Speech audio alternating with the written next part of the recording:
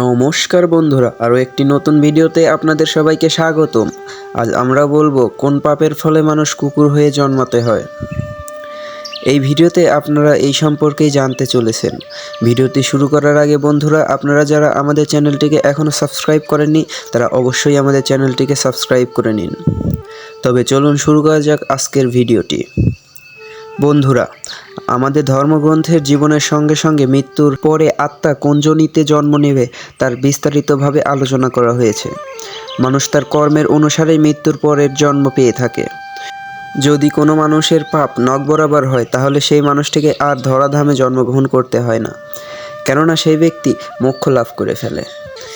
কিন্তু যেসব মানুষরা খারাপ কাজ করে, অধিক পাপ করে, তাদেরকে প্রেত যোনিতে না পাঠিয়ে এমন এক যোনিতে পাঠানো হয় যেন সে তার কষ্ট প্রকাশ করতে না পারে, আর তার সাথে তাকে যেন মলমূত্র উচ্ছিষ্ট খেয়ে বড় হতে হয়, এবং মানুষরা যেন তাকে লাথি মেরে তাড়িয়ে দেয়, যেমন একটি কুকুরের সাথে হয়ে থাকে। হ্যাঁ বন্ধুরা, আজ আপনাদের মাঝে এমন একটি ঘটনা নিয়ে এসেছি যেখানে একটি ঘায়েল কুকুর ভগবান শ্রীহরির কাছ থেকে নিজের ন্যায় প্রার্থনা করেন। আর এই গল্পটি শেষে আপনারা জানতে পারবেন মানুষ কুকুর হয়ে জন্ম নেবার আসল কারণ সম্বন্ধে। তো চলুন বন্ধুরা, মূল গল্পে যাওয়া যাক। এটি রামায়ণের সময়ের ঘটনা ছিল। ভগবান রাম অযোধ্যায় বসে রাজ্য পরিচালনা করছিলেন। রাজদরবারে তখন তিনি সবার জন্য ন্যায় বিচার করছিলেন। তো সেই দিনের মতো সবার ন্যায় বিচার শেষ হলে তিনি লক্ষ্মণকে বললেন, ভ্রাতা, বাইরে থেকে দেখে এসো বাইরে কেউ নেই তো। এরপর লক্ষ্মণ যখন বাইরে গেলেন তখন দেখলেন বাইরে একটি কুকুর বসে আছে। তখন তিনি কুকুরটিকেই ভিতরে নিয়ে আসলেন। তখন ভগবান রাম কুকুরকে জিজ্ঞেস করলেন, তোমার সম্পূর্ণ শরীর ঘা দিয়ে ভরে আছে, এই জখম তোমাকে কে করেছে? বলো কোন ব্যক্তি সে তোমার এমন করেছে, তাকে কঠোর শাস্তি দেওয়া হবে।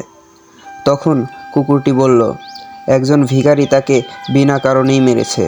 তখন ভগবান শ্রী হরি সেই ভিখারিকে নিয়ে আসার আদেশ দিলেন। যখন ভিখারি রাজার রামের সামনে আসলেন তখন ভগবান রাম তাকে বললেন, এই কুকুরটা যা বলছে তা কি তুমি স্বীকার করো?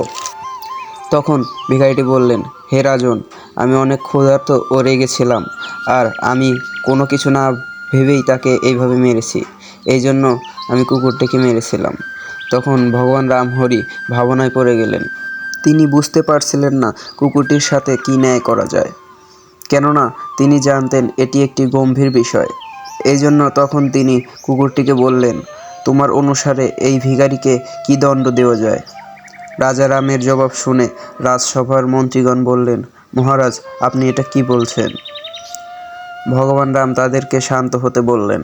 তখন কুকুরটি ভগবান রামকে বললেন, এই ভিখারিকে কালিনগড়ের মঠ ধর্মগুরু বানিয়ে দেওয়া হোক। এরপর মন্ত্রীগণ আর নিজেদেরকে আটকাতে পারলেন না। তারা সবাই রাজা রামকে প্রশ্ন করলেন যে এটি কী ধরনের শাস্তি। তখন প্রভু শ্রীরাম বললেন, আপনারা নিজেরাই স্বয়ং কুকুরের থেকে জিজ্ঞাসা করে নিন যে কুকুর কেন এই শাস্তিটা দিতে চায়। তখন কুকুরটি সম্পূর্ণ ঘটনা খুলে বললেন। কুকুরটি বললেন, আমি আগের জন্মে কালিনগড় মঠের ধর্মগুরু ছিলাম, আর এটি ছিল একটি অনেক বড় পদ। এজন্য আমার অনেক অহংকার হয়ে গিয়েছিল। আমি কারো সঙ্গে ন্যায় করতাম না, আমি নিজের হিতের সঙ্গে সংবিচার করতাম, আর আমি সবার সাথে উঁচু গলায় কথা বলতাম।